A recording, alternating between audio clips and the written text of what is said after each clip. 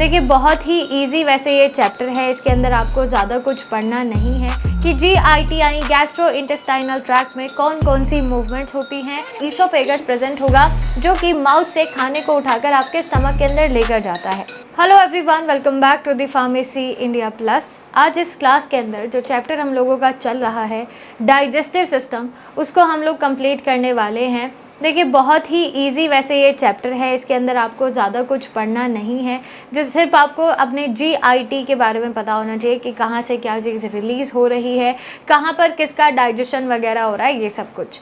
तो आज इस सेशन में जो बचा हुआ पार्ट है ये पूरा चैप्टर का, तो वो हम लोग डिस्कस करने वाले हैं। मैं बता देती हूँ कि आज हम लोग क्या क्या डिस्कस करेंगे।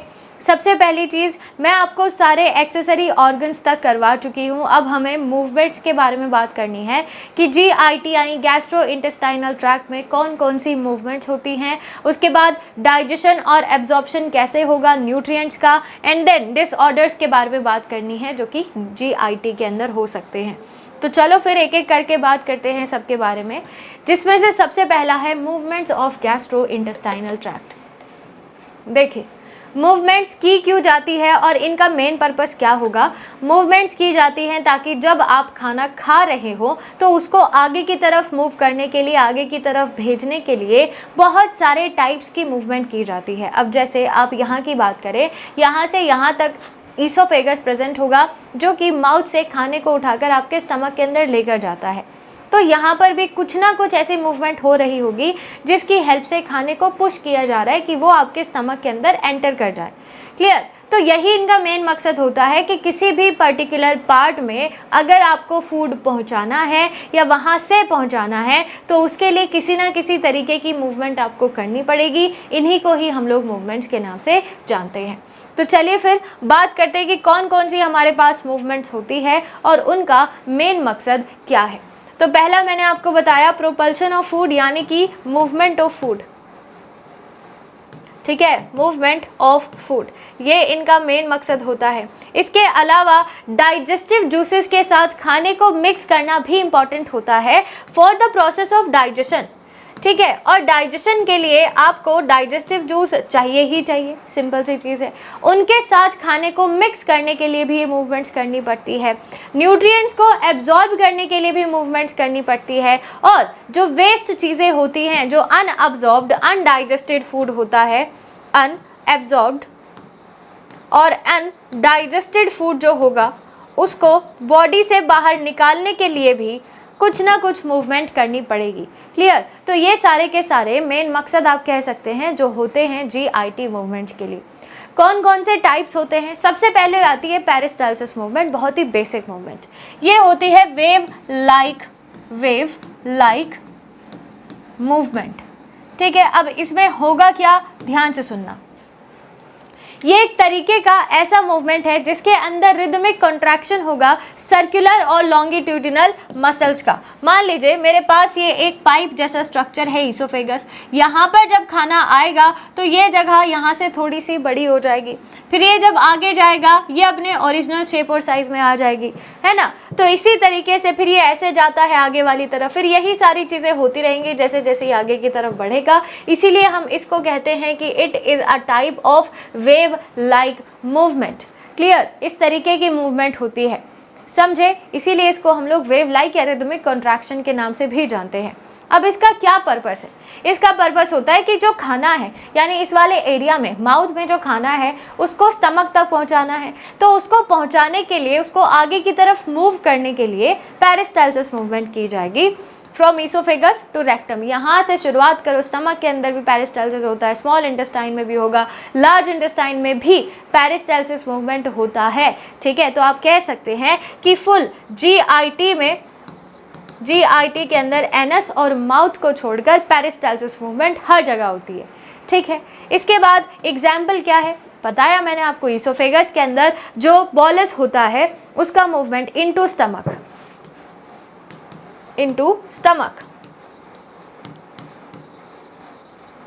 या फिर जो काइम का मूवमेंट होता है स्मॉल इंटेस्टाइन से from stomach to small intestine. तो ये सारे के सारे एग्जाम्पल्स हैं पेरिस्टालसिस मूवमेंट के। दूसरी हमारे पास है सेगमेंटेशन। अब सेगमेंटेशन में क्या होगा, यहाँ पर भी रिदमिक कॉन्ट्रैक्शन ही होता है सर्कुलर मसल्स का। अब इसका काम है कि जो काइम है, काइम क्या होता है, ये आप कह सकते हैं कि ये सेमी डाइजेस्टेड फूड है, सेमी डाइजेस्टेड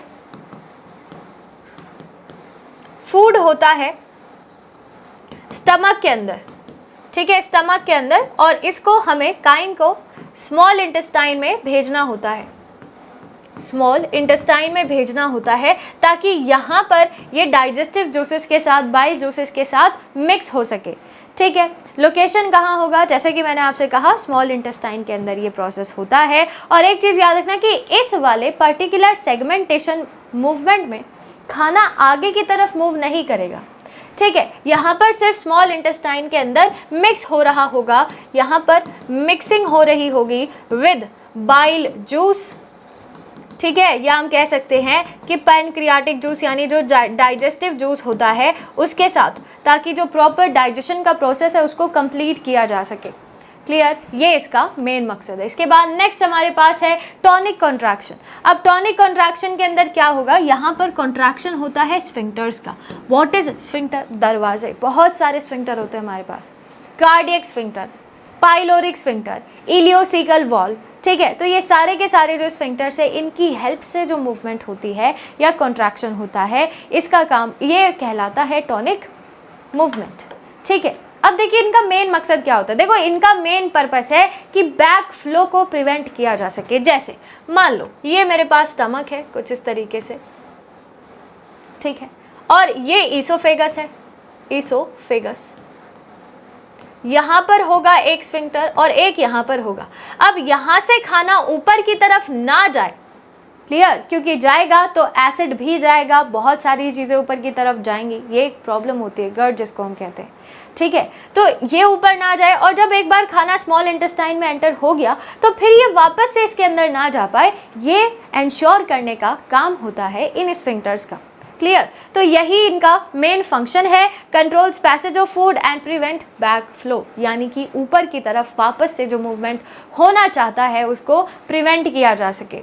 अब इसके एग्जाम्पल्स क्या क्या हैं, lower oesophageal sphincter, pyloric sphincter, ileocecal valve, anal sphincter, जितने भी स्फिंक्टर्स हमारी बॉडी में डाइजेस्टिव सिस्टम के अंदर पाए जाते हैं वो सब टॉनिक कॉन्ट्रैक्शन या मूवमेंट करते हैं, ठीक है। नेक्स्ट इज मास पेरिस्टाल्सिस या फिर मास मूवमेंट। इसमें क्या होगा, लार्ज इंटेस्टाइन के अंदर जो स्ट्रॉन्ग पेरिस्टाल्टिक मूवमेंट होती है नाइट्रोजनस वेस्ट की, हम कहें अनअब्जॉर्ब्ड और अनडाइजेस्टेड फूड की, वो मास मूवमेंट के अंदर आता है ना। तो जो फीसेस होती है रेक्टम में जो मूव होगी लार्ज इंटेस्टाइन से रेक्टम में, दैट इज दिस। चलो, गैस्ट्रोकॉलिक रिफ्लेक्स ये इसको ट्रिगर करने का काम करता है, क्लियर है। तो और frequent 1 to 3 times per day, एक दिन में 1 से 3 बार ये प्रोसेस किया जाता है। चलिए अगला हमारे पास है migrating motor complex. Migrating motor complex क्या होता है, देखिए ये हर टाइम नहीं चलेगा, है ना, ये एक ऐसा प्रोसेस होता है जो सिर्फ फास्टिंग स्टेट के अंदर ही चलता है। Clear, cyclic motor pattern during fasting state. अब इसमें होता क्या है, देखो यहाँ पर इसका मेन फंक्शन जो होता है वो है गट का क्लीनिफिकेशन करना, ठीक है, गट को प्योरीफाई करना। कैसे किया जाएगा, जो रेजिडुअल फूड है, ठीक है, उसको वो अब्जॉर्ब कर लेंगे, उसको डाइजेस्ट करेंगे, उसको रिमूव कर देंगे। जो डेड सेल है उसका मेटाबॉलिज्म होगा, जो बैक्टीरिया है उसको रिमूव कर दिया जाएगा। इसीलिए कहा जाता है कि वीक में एक दिन फास्ट रखना चाहिए, कारण यही है जिसके अंदर सारी की सारी चीज़ें जो एक्स्ट्रा है हमारी बॉडी के अंदर वो सब कुछ रिमूव कर दी जाती है, या अगर मैं कहूँ कि उन सभी का प्योरीफिकेशन कर दिया जाता है, आपके गट एरिया से उन सभी को हटा दिया जाता है। ये इसका प्राइमरी फंक्शन होगा फास्टिंग के दौरान। और होगा कब कब, जब आप फास्ट रखते हो तो 1.5 से 2 घंटे के बीच में, ठीक है, ये प्रोसेस रिपीट किया जाता है, ठीक है। तो अगर आप इंटरमीडिएट फास्टिंग भी कर रहे हैं, उस समय भी इंटरमीडिएट फास्टिंग होती है, जैसे आपने रात में खाना खाया 9 बजे, ठीक है, और सुबह आप कुछ नहीं खा रहे हो 11-12 बजे तक, तो this is called intermediate fasting, जिसके अंदर 12 से 14 घंटे का जो फास्टिंग है वो प्रोसेस किया जाएगा, जिसके अंदर हमारी बॉडी यही काम कर रही होगी, ठीक है, यही प्रोसेस दोहरा रही होगी। चलिए, location from stomach to ileum, stomach से लेकर इलियम तक ये सारा प्रोसेस होगा, ठीक है, स्मॉल से स्टमक से स्मॉल इंटेस्टाइन तक। चलो, फिर इसके बाद आता है हमारे पास कि सारी चीज़ें खा तो लिए, लेकिन इनका डाइजेशन कैसे हो रहा है, और डाइजेशन हो रहा है तो फिर उसके बाद वो चीज़ें एब्जॉर्ब कैसे हो रही हैं, है ना, कौन से पार्ट में क्या चीज़ एब्जॉर्ब हो रहा है। तो करते हैं इसके बारे में चीज़ें डिस्कस। सबसे पहले बात करते हैं कि डाइजेशन किसका होगा, कहाँ पर होगा, कौन सा एंजाइम कर रहा होगा। सबसे पहला जो न्यूट्रिएंट हमारे पास आता है दैट इज़ कार्बोहाइड्रेट, जो आप सबसे ज़्यादा अमाउंट में खाते हो। ठीक है, चलिए देखो, कार्बोहाइड्रेट जो है ये आप स्टार्च के फॉर्म में खा रहे होंगे, स्टार्च के फॉर्म में खा रहे होंगे। अब इसका किस तरीके से डाइजेशन होता है ध्यान से देखना। सबसे पहले याद रखना कि जो कार्बोहाइड्रेट है ये दो जगह डाइजेस्ट किया जाता है, माउथ और स्मॉल इंटेस्टाइन। ठीक है, माउथ के अंदर मैंने आपको एक एंजाइम का नाम बताया था टाइलिन, जो कि एक सेलिवरी अमाइलेज है। ठीक है, यही डाइजेस्ट करेगा स्टार्च को, यहीं से ही शुरुआत हो जाती है डाइजेशन की। अब मान लीजिए कि मैंने जितना भी स्टार्च खाया उसका 30% डाइजेशन यहीं पर ही हो जाएगा, यानी ये माल्टोज में कन्वर्ट हो जाता है। 30% डाइजेशन इधर ही कंप्लीट हो जाएगा। ठीक है, क्लियर है। चलिए, inactivated in stomach due to acidic pH, और ये आगे की तरफ मूव तो करेगा, लेकिन क्योंकि एसिडिक पीएच होता है आपके गट के अंदर, इसीलिए ये इनएक्टिवेट भी हो जाता है। फिर इसके बाद हमारे पास है स्मॉल इंटेस्टाइन।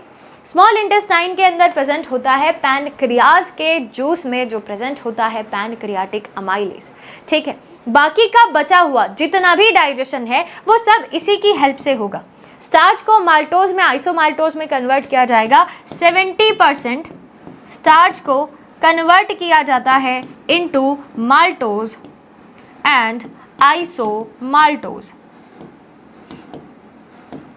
ठीक है, क्लियर है। इसके बाद ब्रश बॉर्डर्ड एंजाइम्स होते हैं, जैसे हमारे पास माल्टेज है, सुक्रेज है, लैक्टेज है, पर्टिकुलर कार्बोहाइड्रेट के लिए। जैसे माल्टेज का काम है माल्टोज को कन्वर्ट करना इनटू ग्लूकोज, सुक्रेज का काम है सुक्रोज को कन्वर्ट करना into glucose and fructose, and lactase का काम है लैक्टोज को कन्वर्ट करना इनटू ग्लूकोज एंड गैलेक्टोज। ठीक है, these are the functions of these particular, क्या कहते हैं इनको, एंजाइम्स। ठीक है, जैसे माल्टोज 2 ग्लूकोज यूनिट बना रहा होगा, सुक्रोज ग्लूकोज और फ्रक्टोज बना रहा होगा। यहाँ पर मैं लैक्टेज भी लिख देती हूँ।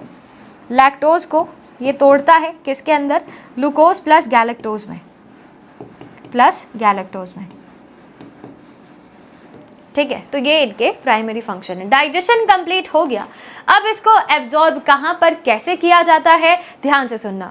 एब्जॉर्प्शन मेनली जेजनम में होता है। जेजनम सबसे लार्जेस्ट पार्ट है स्मॉल इंटेस्टाइन का। लार्जेस्ट पार्ट, लॉन्गेस्ट नहीं कहा है मैंने कहा है largest. Largest part of small intestine, यहाँ पर ज़्यादातर चीज़ें एब्जॉर्ब हो जाती हैं। जेजनम के अंदर वो डाइजेशन होगा। ठीक है, जेजनम नहीं, डुओडेनम में डाइजेशन होगा, जेजनम के अंदर एब्जॉर्प्शन होता है। ठीक है, तो ग्लूकोज और गैलेक्टोज ये दोनों चीज़ें एक्टिव ट्रांसपोर्ट की हेल्प से अब्जॉर्ब कर ली जाती हैं, फिर ब्लड के अंदर उसको भेज दिया जाएगा। दिस इज SGLT1 और Na प्लस डिपेंडेंट जो चीज़ें होती हैं उनकी हेल्प से। फ्रक्टोज को फैसिलिटेटेड डिफ्यूजन के थ्रू रीअब्जॉर्ब किया जाएगा, और जितने भी मोनोसेक्राइड्स है जैसे ग्लूकोज, मैनोज, फ्रक्टोज, गैलेक्टोज, इन सारी चीज़ों को ब्लड के अंदर भेज दिया जाता है वाया ग्लूकोज ट्रांसपोर्टर 2। ये ग्लड का मतलब होता है ग्लूकोज ट्रांसपोर्टर। ठीक है, तो इसकी हेल्प से समझ में आया। तो ये होता है आपका एब्जॉर्प्शन किसका, कार्बोहाइड्रेट का। फिर आते हैं आगे, दूसरा जो मॉलिक्यूल है, न्यूट्रिएंट है, दैट इज प्रोटीन। प्रोटीन का डाइजेशन भी अलग अलग एरिया में होता है, माउथ में शुरू नहीं होगा, स्टमक और स्मॉल इंटेस्टाइन में होता है। बात करते हैं सबसे पहले स्टमक में। स्टमक से मैंने आपको एक एंजाइम बताया था पेप्सिन, जो कि पेप्सिनोजेन से ही बनता है ना। जब मैंने कहा था कि पेप्सिनोजेन रिलीज होगा, फिर वो HCl की प्रेजेंस में एक्टिवेट होगा इनटू पेप्सिन। तो ये है, ये पॉलीपेप्टाइड्स के लिए काम करता है और पॉलीपेप्टाइड्स को तोड़कर प्रोटीएज और प्रोटियोसिस में कन्वर्ट कर देगा। ठीक है, तो यहाँ मैं लिख देती हूँ कि ये पॉलीपेप्टाइड्स को कन्वर्ट, मतलब प्रोटीन्स को कन्वर्ट कर देता है, प्रोटीन्स को कन्वर्ट कर देता है पॉलीपेप्टाइड्स के अंदर। जैसे कि कुछ एंजाइम्स, कुछ चीज़ें होती है जैसे प्रोटियोसिस, पेप्टोन्स, इन सब में। फिर इसके बाद यही सारी चीज़ें स्मॉल इंटेस्टाइन में आएंगी और वहाँ पर पैनक्रियाटिक एंजाइम्स होंगे, जैसे कि ट्रिप्सिन, काइमोट्रिप्सिन, जैसे कि कार्बोक्सीपेप्टाइडेज। तो ये एंजाइम फर्दर क्लासिफिकेशन करेंगे उन प्रोटीन्स का। प्रोटीन्स को पेप्टाइड्स में कन्वर्ट करने का काम होता है ट्रिप्सिन और काइमोट्रिप्सिन का, और पेप्टाइड्स को एमिनो एसिड के अंदर कन्वर्ट करने का काम होता है कार्बोक्सीपेप्टाइड्स का। ठीक है, जब ये अमीनो एसिड्स बन जाते हैं उसके बाद भी कुछ और चीज़ें हैं, ब्रश बॉर्डर्ड एंजाइम्स होते हैं, जैसे अमीनो पेप्टाइडेज, डाइपेप्टाइडेज, पेप्टाइडेज, ये भी अमीनो एसिड से बनाएंगे। Amino acid is the smallest unit of proteins. ठीक है, एक बार ये बन गए, इसके बाद इनका एब्जॉर्प्शन होगा। अब एब्जॉर्प्शन कैसे होता है, देखो डुओडेनम और जेजुनम में, दोनों में ही एब्जॉर्प्शन होता है किसका, प्रोटीन्स का, अमीनो एसिड का। अगर बात करें अमीनो एसिड की, कुछ अमीनो एसिड एक्टिव ट्रांसपोर्ट की हेल्प से भी एब्जॉर्ब किए जाते हैं, और कुछ डाई ट्राइपेप्टाइड्स जो होते हैं वो हाइड्रोजन डिपेंडेंट ट्रांसपोर्टर की हेल्प से भी एब्जॉर्ब किए जाते हैं। यही आपको यहाँ पर याद रखना है, बस। क्लियर। और थर्ड जो है दैट इज लिपिड्स यानी फैट। इसका डाइजेशन थोड़ा सा आपको ट्रिकी लग सकता है, क्योंकि देखो माउथ एंड स्टमक के अंदर बहुत कम डाइजेशन होता है इसका। मेन डाइजेशन जो होगा that will occur in small intestine. ठीक है, minimal digestion lingual and gastric lipase की हेल्प से, लिंगुअल जो यहाँ हो, गैस्ट्रिक जो यहाँ हो। फिर मेन डाइजेशन यहाँ होता है। देखो क्या होगा, स्मॉल इंटेस्टाइन में प्रोसेस किया जाता है इमल्सिफिकेशन, और ये होगा बाइल सॉल्ट की हेल्प से, जो प्रेजेंट होते हैं बाइल जूस में, present in bile juice. Bile juice आता है गॉल ब्लैडर से डुओडेनम में। ठीक है, पैनक्रियाटिक लाइपेज की हेल्प से भी होगा, जिसके अंदर आप ट्राइग्लिसराइड को दो चीज़ों में तोड़ दोगे, एक तो होगा मोनोग्लिसराइड, दूसरा फ्री फैटी एसिड्स। ठीक है, और एक और होता है कॉलीपेज। कॉलीपेज एंजाइम्स की हेल्प ही करता है लाइपेज की, ताकि वो फैट ड्रॉपलेट्स के साथ जाकर बाइंड हो सके। इतना जब आपने कर लिया, फिर उसके बाद इसका एब्जॉर्प्शन होता है। अब इसके एब्जॉर्प्शन को थोड़ा ध्यान से देखना, जेजुनम में होगा पहली चीज़। प्रोसेस थोड़ा सा अलग होता है। प्रोसेस ये होगा, फैट ड्रॉपलेट्स के साथ, ठीक है, जो लाइपेज है वो जाकर जुड़ता है और यहाँ से बनता है मिसेल फॉर्मेशन। कैसे बनेगा मिसेल फॉर्मेशन? बाइल सॉल्ट की हेल्प से। इसी प्रोसेस को इमल्सिफिकेशन कहा जाएगा। ठीक है, this process is known as emulsification, जिसके अंदर मिसेल्स आप बनाओगे, फिर उसके बाद काइलोमाइक्रोन्स बनाओगे। ठीक है, फिर ट्रांसपोर्ट कर दिया जाता है एंट्रोसाइट्स में, एंड देन एंट्रोसाइट्स के अंदर क्या चल रहा होगा, उनको दोबारा से रीएस्टेरिफाइड किया जाएगा उनको ट्राइग्लिसराइड में, वहाँ से काइलोमाइक्रोन्स का फॉर्मेशन होगा, और फिर वो एंटर करेंगे लैक्टियल्स में। लैक्टियल्स के बाद जो एडिपोज टिश्यूज़ होते हैं वहाँ पर जाएंगे, एंड वहाँ पर इनको स्टोर कर लिया जाएगा। ठीक है, एडिपोज टिश्यूज़ में इनका स्टोरेज होगा। तो ये चीज़ आपको थोड़ी सी ध्यान में रखनी है कि लिपिड का एब्जॉर्प्शन कैसे होगा। क्लियर। अब बढ़ जाते हैं आगे आपके इस चैप्टर के लास्ट टॉपिक की तरफ, जो कि है disorders of gastro intestinal tract. ठीक है, ये सारे डिसऑर्डर्स हैं, उसके बाद उनके क्या क्या कारण हैं, कॉजेज़ हैं। ठीक है, फिर क्या उसके सिम्टम्स हो सकते हैं और कैसे उनको ट्रीट किया जा सकता है, ये सारी चीज़ें हम लोग डिस्कस करने वाले हैं। ठीक है जी, सबसे पहले हमारे पास जो बीमारी है दैट इज़ गैस्ट्रोइसोफेगियल रिफ्लक्स डिसीज यानी GERD। ठीक है, ये बहुत ही सीवियर कंडीशन हो सकती है। चलिए बात करते हैं इसके बारे में। GERD यानी गैस्ट्रो इसोफेगियल रिफ्लक्स डिसीज। देखिए इसका रीज़न क्या है। मैंने आपको एक स्फिंक्टर के बारे में बताया था, कार्डियक स्फिंक्टर, जिसका दूसरा नाम है गैस्ट्रोइसोफेगियल स्फिंक्टर, जिसका काम है स्टमक का जो कंटेंट है उसको ईसोफेगस में जाने से रोकना। ठीक है, लेकिन अगर वही स्फिंक्टर सही तरीके से, प्रॉपर तरीके से काम नहीं कर पाएगा, तब ये प्रॉब्लम होती है, एसिड रिफ्लक्स कर जाता है। एसिड ईसोफेगस के अंदर आ जाता है, और सिर्फ वो ईसोफेगस में ही नहीं रहेगा, फिर वो आपके माउथ में एंड देन वॉमिटिंग भी हो जाती है। ठीक है, heartburn, chest pain, regurgitation, sore throat, ये सारी चीज़ें होंगी, है ना। क्या इसका ट्रीटमेंट है? तो पहली चीज़, क्योंकि एसिडिटी हो रही होगी तो उस कंडीशन में एंटा एसिड्स दिए जाते हैं। ठीक है, और जो H2 ब्लॉकर्स है वो दिए जाएंगे। जो आपका प्रॉपर डाइट है उसको चेंज किया जाएगा, लाइफस्टाइल चेंजेस होते हैं। ये बहुत सीवियर कंडीशन बन सकती है, लेकिन ऐसा नहीं है कि इसको ट्रीट नहीं किया जा सकता है। दे आर ट्रीटेबल, जितनी भी बीमारियाँ हैं। फिर है पेप्टिक अल्सर। इसमें जो पाइलोरी है बेसिकली, NSAID है, एक्सेस एसिड इनकी वजह से कंडीशन होती है। एपिगैस्ट्रिक पेन हो सकता है, नोजिया हो सकता है, ब्लैक ब्लडी स्टूल आ सकते हैं, ठीक है, ये कंडीशन होंगी। ट्रीटमेंट में वही एंटीबायोटिक्स, PPIs, एंटासिड्स और NSAID को पूरी तरीके से अवॉइड किया जाता है क्योंकि NSAID को ही इसका कॉजेटिव एजेंट माना जा सकता है, ठीक है। नेक्स्ट है IBS, स्ट्रेस की वजह से, फूड की वजह से, गट मोटिलिटी प्रॉपर तरीके से अगर नहीं हो रही है तब ये कारण हो सकता है। ब्लोटिंग, क्रैम्प्स, डायरिया, कॉन्स्टिपेशन, ये सारी प्रॉब्लम्स होंगी, ठीक है। एंटीस्पैस्मोडिक्स, ये ट्रीटमेंट के अंदर बता रही हूँ मैं। फाइबर, लो फोडमैप डाइट, इसके बाद स्ट्रेस कंट्रोल, ये सब इसका ट्रीटमेंट होता है। इसके बाद हमारे पास है क्रॉन्स डिसीज़, जो कि एक ऑटो इम्यून डिसीज़ है जिसमें इम्यून सिस्टम अटैक करता है, इम्यून सिस्टम अटैकर की तरह काम करेगा, ठीक है। ये तुम्हें ही नुकसान पहुंचाना शुरू कर देगा और ये बीमारी जेनेटिक होती है। Abdominal pain, weight loss, diarrhoea वगैरह तो होगा ही। अब इसका ट्रीटमेंट क्या है, देखो इम्यूनोसप्रेसेंट, ताकि आप इम्यून सिस्टम को थोड़ा काम डाउन कर सको कि भाई रुक जा, ठीक है, हमारी ही बॉडी है, रुक जाओ, तो वो चीज़ होती है। बायोलॉजिक्स, स्टेरॉइड, है ना, ये सारी चीज़ें हैं। अल्सरेटिव कोलाइटिस ऑटो इम्यून है, इसमें होगा क्या, इसमें जो लार्ज इंटेस्टाइन का कोलोन पार्ट है वो इन्फ्लेमेट हो जाता है, ठीक है। अब ऐसे में ब्लडी डायरिया यानी बहुत ही ज़्यादा लूज मोशन हो जाते हैं जिसके अंदर ब्लड भी प्रेजेंट हो सकता है। पेन, अर्जेंसी, ये सारी कंडीशंस हो जाती हैं अल्सरेटिव कोलाइटिस में, ठीक है। क्रॉन्स की तरह ही है और यहाँ पर कभी कभी कोलेक्टोमी भी बताई जाती है, यानी कोलोन का जो सर्जिकल रिमूवल है। कॉन्स्टिपेशन तो आप लोग जानते ही होंगे, अगर खाने में फाइबर का अमाउंट कम है, पानी का अमाउंट कम है, वो हो रहा है ना, इनएक्टिविटी अगर हो रही है कुछ पर्टिकुलर एंजाइम्स की, तब ये हो सकता है कॉन्स्टिपेशन। और अगर किसी पर्टिकुलर ड्रग की वजह से भी ये हो सकता है। हार्ड स्टूल होंगे, उसके बाद स्ट्रेनिंग, ब्लॉटिंग, ये सारी कंडीशंस हो सकती हैं, ठीक है। तो पानी, एक्सरसाइज, फाइबर, लेक्सेटिव्स, ये इसके ट्रीटमेंट के अंदर मेडिसिन वगैरह होती है। अगला है डायरिया। डायरिया के अंदर जो वही है लूज मोशन, ये किसकी वजह से हो सकते हैं, इन्फेक्शंस की वजह से हो सकता है, बैक्टीरियल, वायरल, एंटीबायोटिक्स की वजह से भी हो सकता है। लूज स्टूल्स, डिहाइड्रेशन, ये सब कुछ होगा।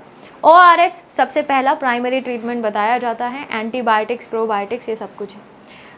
सीलिएक डिसीज़, ये क्या है, देखिए जिनको ग्लूटेन से एलर्जी होती है, ठीक है, ग्लूटेन फ्री फूड बहुत सारे लोग प्रेफर करते हैं क्योंकि उनको होती है एलर्जी ग्लूटेन से, ठीक है। लेकिन अगर वो ग्लूटेन खा लेते हैं बाय मिस्टेक या जैसे भी, उनको ये प्रॉब्लम होती है सीलिएक डिसीज़। इसमें मैल एब्जॉर्प्शन होगा, सबसे पहली चीज़, खाना एब्जॉर्ब नहीं हो पाएगा, एब्जॉर्ब नहीं होगा तो डायरिया होने के कंडीशंस हो सकते हैं, डायरिया होगा तो फैटिगनेस होने की भी सिचुएशन बन जाती है, ठीक है। Life long gluten free diet, जैसे कि मैंने आपसे कहा बहुत सारे लोग ऐसे होते हैं जो ग्लूटेन से एलर्जिक है, इसीलिए उनको ग्लूटेन फ्री डाइट कही जाती है कि आप ग्लूटेन फ्री फूड ही खाना, ठीक है।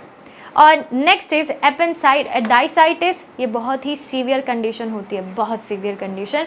इसके अंदर जो अपेंडिक्स है उसमें इन्फेक्शन हो सकता है और वो ब्लॉक तक हो सकता है पूरी तरीके से, और इसका एक ट्रीटमेंट होता है एपेंडेक्टोमी, यानी इस सिचुएशन में बहुत ही इमरजेंसी सर्जरी करने की सिचुएशन आ जाती है, ठीक है, जिसके अंदर अपेंडिक्स को सर्जिकल रिमूव किया जा सकता है और किया ही जाता है, ठीक है। इसका कोई ऐसे ट्रीटमेंट नहीं है कि दवाई खाओ ठीक हो जाएगा, नहीं, ऐसे नहीं है, अपेंडिक्स को रिमूव कर दिया जाता है।